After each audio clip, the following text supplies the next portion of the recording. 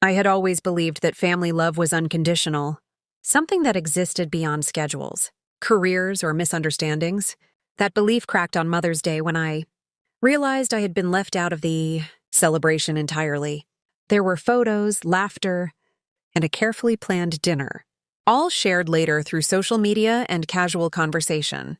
No one had told me about it, and the silence hurt more than any harsh words could have.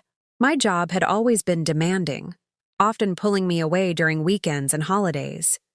I knew my mother disliked how much time it took from family, but I never imagined it would become a reason to exclude me. When I asked her about Mother's Day, she brushed it off gently, saying she assumed I would be too busy anyway.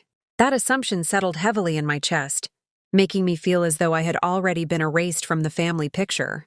I spent days replaying that conversation in my mind, wondering when my presence had become optional. I had sacrificed countless personal moments to build a stable future, believing my family understood that choice. Instead of confronting her with anger, I chose silence not as punishment, but as protection. It felt safer to step back than to risk hearing how little my absence might matter. Pulling back quietly changed the rhythm of our relationship. I called less, visited less, and shared fewer details about my life. No dramatic arguments followed, just a growing distance that neither of us openly acknowledged. In that space, I began to notice how often I had been the one adjusting, excusing and understanding. As time passed, the pain softened into clarity. I realized that love should not require shrinking myself or apologizing for ambition. My job was part of who I was, not a flaw to be worked around. Stepping back gave me room to reflect on my worth beyond my role in the family.